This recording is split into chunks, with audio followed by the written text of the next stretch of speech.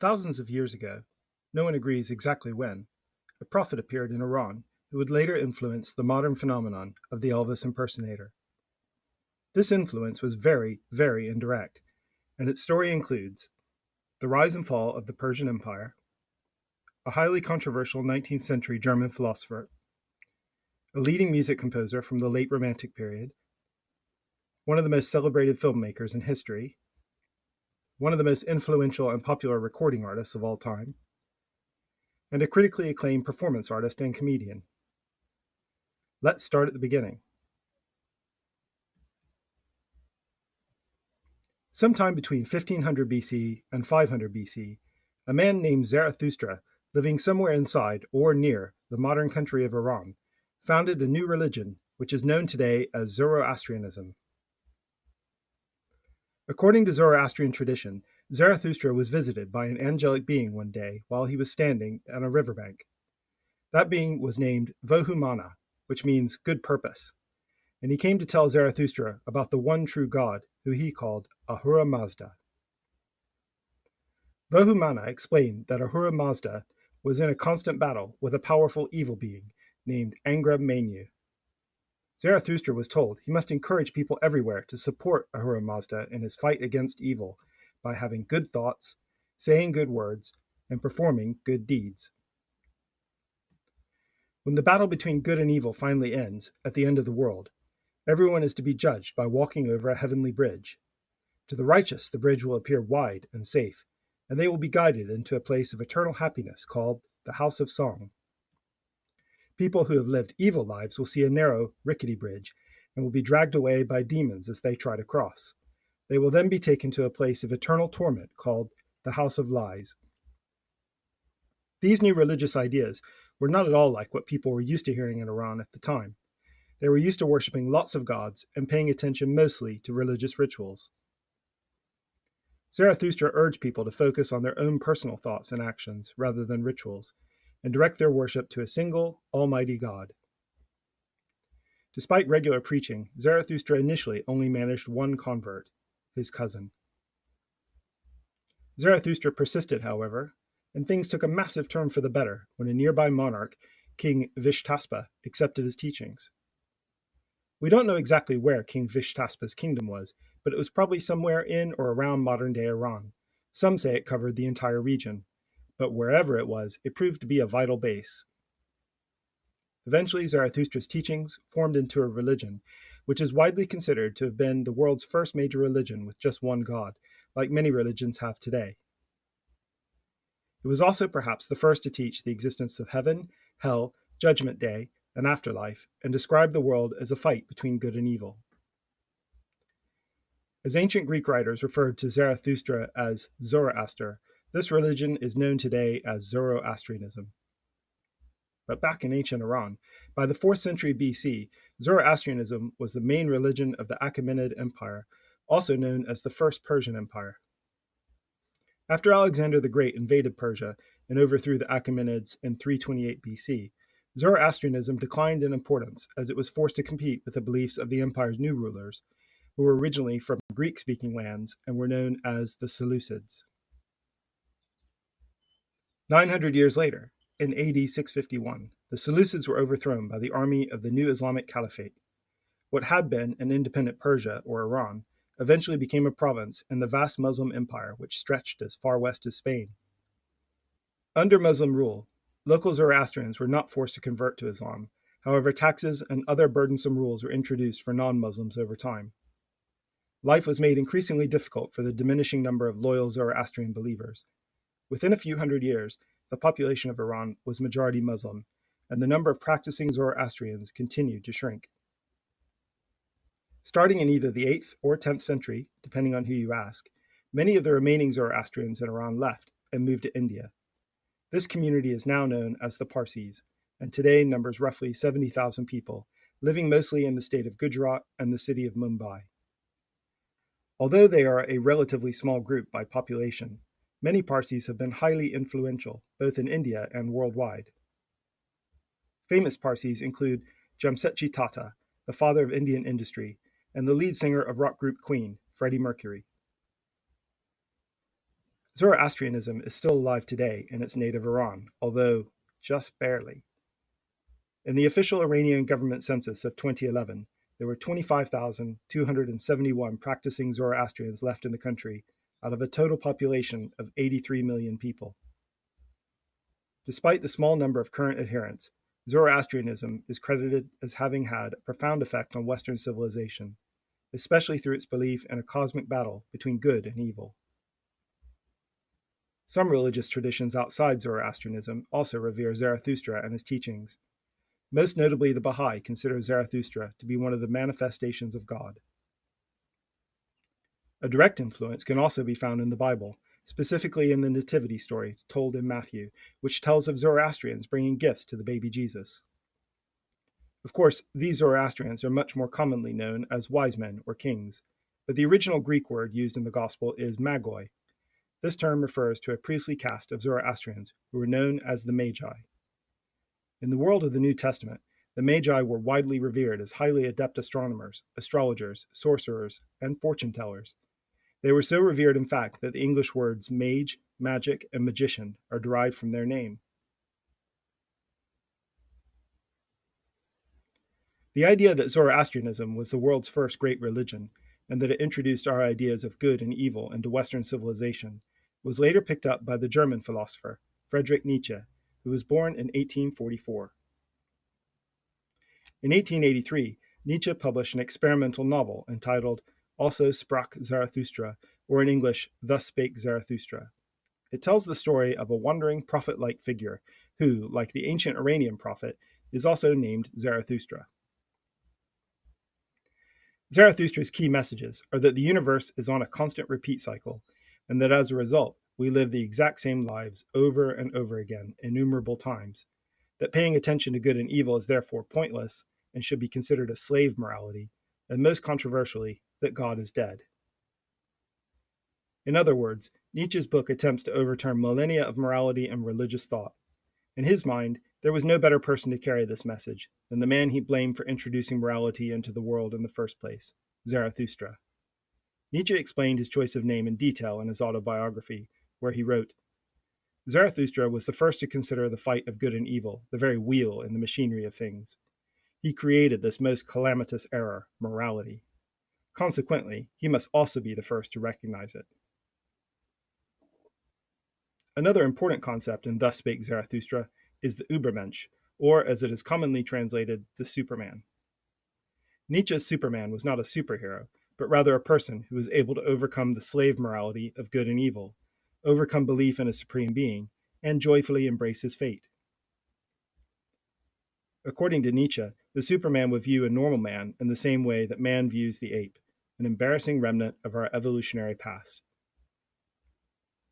Nietzsche's ideas are today considered an important part of the Western philosophical tradition, but they do not sit easily inside this tradition.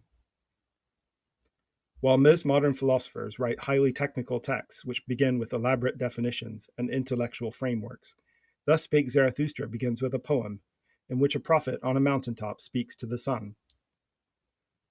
The book also makes ample use of ambiguity, irony, and paradox, and this has frustrated attempts by other philosophers to grapple with its ideas. But these same qualities have also given Nietzsche's book a fan base among the wider public. Tragically, he never had the opportunity to appreciate this himself. Nietzsche's works were largely ignored by the public until 1890, when a respected critic began to recommend them. A year before this, however, in January 1889, Nietzsche suffered a severe mental breakdown. He never recovered his faculties, became an invalid, and died following a series of strokes in 1900.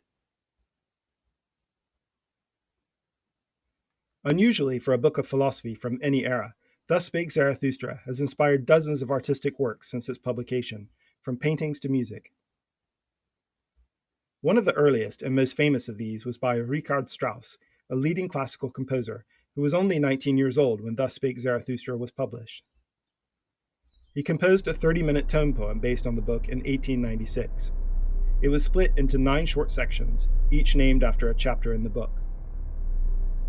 The first section, a fanfare entitled Introduction or Sunrise, captures the opening moments of the novel, when Zarathustra addresses the rising sun.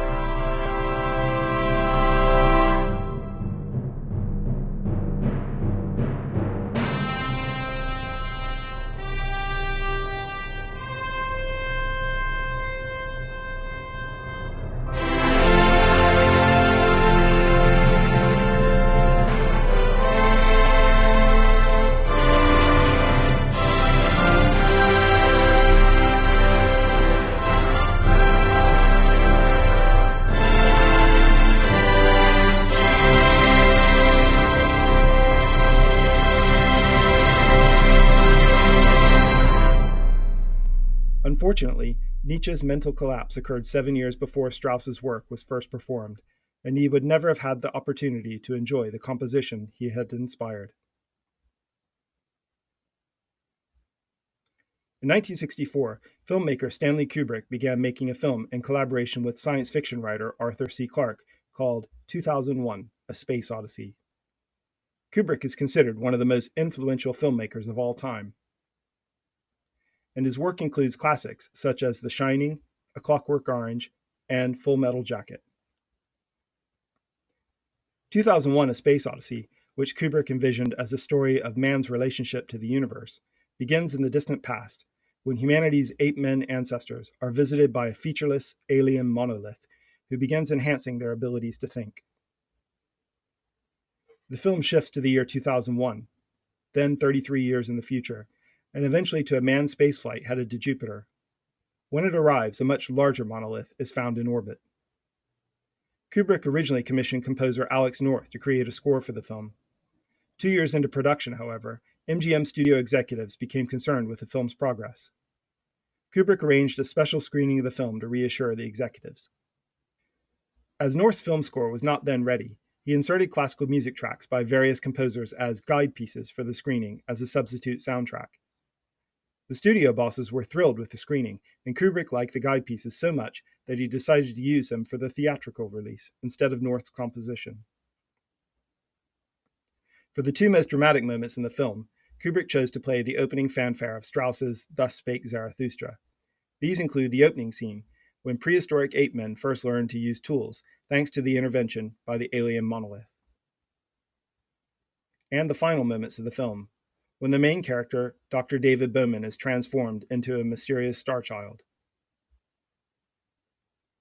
Upon its release in 1968, 2001: A Space Odyssey was not an immediate hit, but its popularity grew steadily over time. The film was re-released several times, starting in 1971, and within a few years was recognized as a cinematic masterpiece. Today, most critics generally consider it to be one of the greatest films of all time. As a result of the film's iconic standing, Strauss's fanfare was quickly transformed from being a reasonably well-known piece of classical music to one of the most recognizable pieces of music ever written. One of the many people who saw 2001 in the theaters, possibly during an early 1970s re-release, was a music director of Las Vegas's International Hotel, Joe Gershio. According to Gershio, he went to the film with his wife, and when Strauss's fanfare played during the opening scene, she whispered in his ear, "You'd think Elvis was about to enter." This was no random comment. When the International Hotel where Gershio worked opened in July 1969, one of the first acts to perform at the hotel and casino was Elvis Presley. The first concert had been a massive success, and the hotel had immediately signed him to a 5-year contract. Following his wife's remark in the movie theater, Gershio suggested to Elvis that he use Strauss's fanfare, or as it was increasingly known at the time, the 2001 theme, as his entrance music. Elvis agreed, and an up-tempo version of the music, followed by a soaring drum solo, became a trademark start to every concert. Between 1969 and 1977, Elvis performed 636 consecutive sold-out concerts at the International Hotel, which was renamed the Las Vegas Hilton in 1971. Although his Vegas concerts were the most famous of this era, Elvis also continued touring around the country, performing in an additional 511 concerts outside of Vegas during this period. He reached his largest audience, and one of the largest audiences ever for any concert, in January 1973, when he flew to Hawaii to perform at the Honolulu International Center before a sold-out crowd of over 8,000 fans. The concert, entitled Aloha from Hawaii via Satellite, was broadcast live to 40 countries around the world, a television first for an entertainment program. By some estimates, it was seen by over 1 billion people, which would have been more than a quarter of the world's population at the time. In the United States, the one-hour broadcast attracted a staggering 51% audience share in the television ratings, making it the highest-rated program of 1973. As was always the case, and with millions upon millions of fans watching live, Elvis came on stage to the sound of Thus Spake Zarathustra, performed by the Joe Gershio Orchestra. On March 3, 1977, comedian Andy Kaufman appeared on The Tonight Show with Johnny Carson. At that time, there were only 3 television networks in America, and NBC was the only one with a late-night talk show. The Tonight Show was therefore one of the most watched and most influential television shows in the country. Kaufman took the stage as his foreign man character, who had a childlike personality and spoke broken English and a high-pitched voice. Foreign Man was later the basis for the character Latka Gravis, who Kaufman portrayed on the hit TV sitcom Taxi for 5 seasons from 1978. Kaufman had also appeared as Foreign Man for his first Tonight Show appearance, 2 months previously. After an in-character interview with Carson, Kaufman had told a series of comically bad jokes, followed by comically bad impressions of John Wayne, Don Rickles, and Ed Sullivan. For his second appearance, Kaufman performed more impressions as Foreign Man. The first 2 were of sitcom character Archie Bunker and Carson's co-host, Ed McMahon. When Kaufman announced his next impression was to be Elvis Presley, the audience was primed and waiting for yet another hilariously bad impression. As a performer, however, Kaufman rarely did what was expected of him. Turning his back to the audience, Kaufman took off his jacket to reveal a black sequined outfit with an oversized collar. He began slicking back his hair with a comb and strapped a guitar over his shoulder. He took his time. The transformation process took a full 30 seconds of airtime. As the millions of viewers watched and waited at home, Doc Severinsen and the Tonight Show band played the music which, by 1977, was irreparably associated with an appearance by the king of rock and roll, the fanfare from Thus Spake Zarathustra. When Kaufman turned round, much to the audience's surprise, he moved gracefully around the stage and launched into an extremely polished version of Elvis's 1956 single, Love Me, Treat Me Like a Fool. The audience was in hysterics, but the joke rested on how unexpectedly good Kaufman's impression was after a long string of deliberately bad ones. Kaufman had been a devoted Elvis fan since he was 7 years old, and had written Elvis fan mail, and, according to some accounts, had hitchhiked to Las Vegas as a student, where he ambushed Elvis in the Las Vegas Hilton kitchen one evening before a concert. Kaufman was an Elvis superfan. Although he had been performing as Elvis as part of his act for years, and he had appeared on television as Elvis previously, The Tonight Show was by far his biggest audience yet. At the time of Kaufman's Tonight Show appearance in early 1977, the idea of impersonating Elvis was still a novelty. Impersonators did exist. There had been relatively low-profile Elvis tribute acts for years, but for millions of Americans, this would be the first Elvis impersonator act they would ever see. It could arguably be considered the most influential Elvis impersonator performance of all time. Although it was part of a comedy routine, Kaufman's portrayal of Elvis was obviously reverential, and his performance included all of the key elements found in most Elvis impersonator acts today: the clothes, the hair, the sideburns, the strutting and shaking, and of course, the entrance music. No one could possibly mistake Kaufman for Elvis. It was not that kind of act, but no one could have any doubt about who Kaufman was portraying either. Roughly 5 months after that edition of The Tonight Show, on August 16, 1977, Elvis Presley died at his home in Memphis, Tennessee.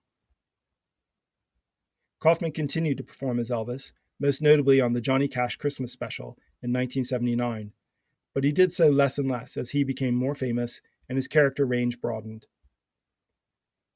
By the early 1980s, Elvis impersonators had become much more common, and the phenomenon has become deeply rooted in pop culture. Thousands of tribute acts perform around the world every year.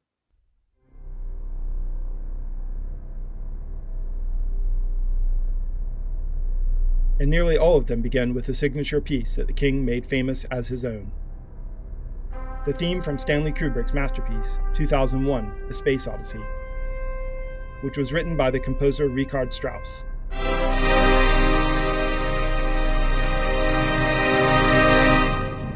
Which was inspired by a philosophical novel written by Friedrich Nietzsche, who was inspired by the ancient Iranian prophet Zarathustra.